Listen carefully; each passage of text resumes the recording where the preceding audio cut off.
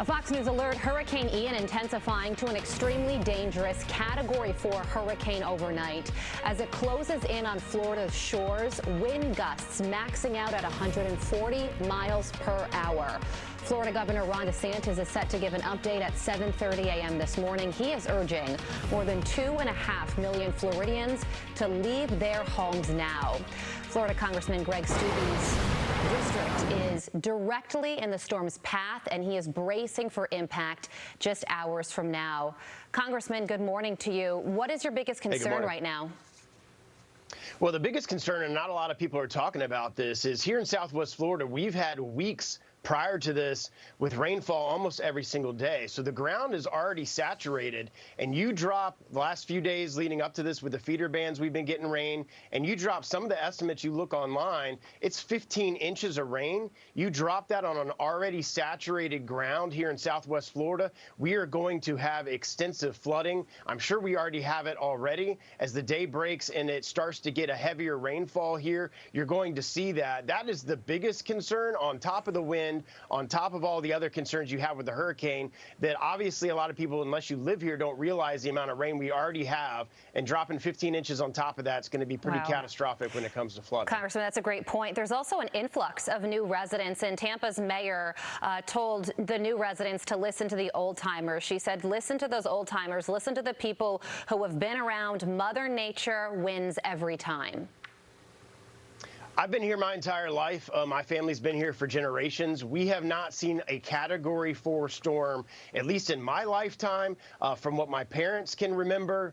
So this is, we had Irma a couple of years ago, but that was only a Category 2. This is a Category 4 that is going to direct hit Sarasota, south of Sarasota. Right now, the line's a little south of Northport, but then we'll cut right up the heart of my district through the heartland of Florida. We have not seen a storm with this power and this strength. And added on top of that is the storm surge. When Irma came, we didn't experience that in Southwest Florida. We are going to see 8 to 10 feet of storm surge. So those coastal communities, there were evacuation orders yesterday and the day before. Hopefully those people heeded those evacuations orders and got out, because 10 foot of storm surge is going to take out the first floor of any of those buildings that are on the coastline and in those barrier islands. So hopefully we don't have rescuers that are going to have to go out there after the storm goes past, because people have heeded the calls of local government to evacuate. Yeah, a lot of times in the days leading up to a hurricane, especially when there's a storm in Florida, you see people still on the beach, and reporters ask them questions. Are you leaving? Are you staying? To say, you know what, we've ridden this out before,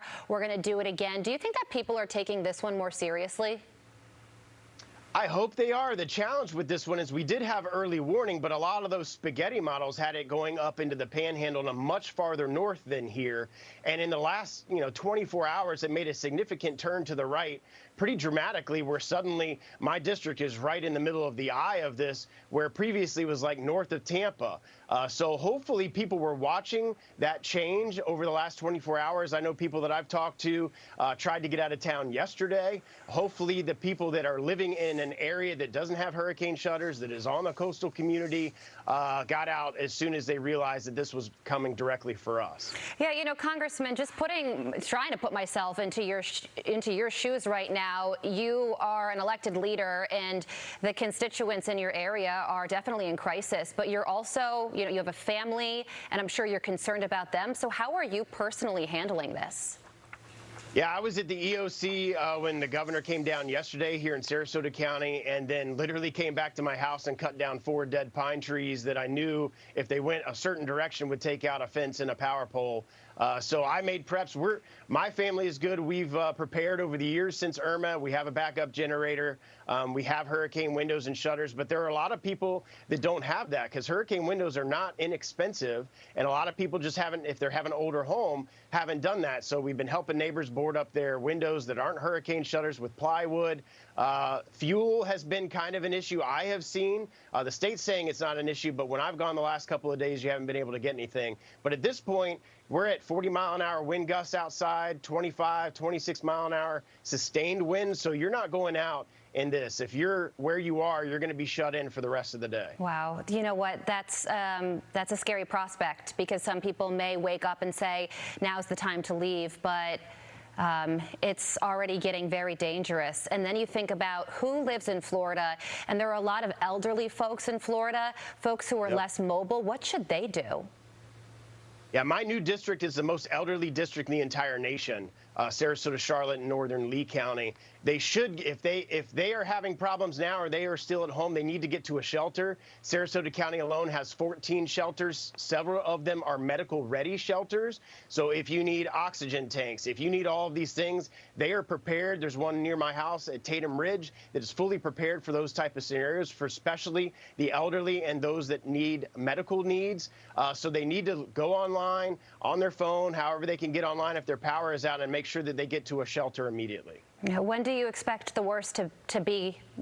When can people expect the worst to come? The worst is going to be like late this afternoon, kind of early evening, like 3 to 7, I think is going to be the worst as the eye wall comes over. And if you look at the size of the eye, it goes from like Northport down to Cape Coral. Significant breadth of significant winds we're going to experience. We have to leave it there, but we're wishing you and everybody else in Florida the very best. Thank you so much for joining us this morning.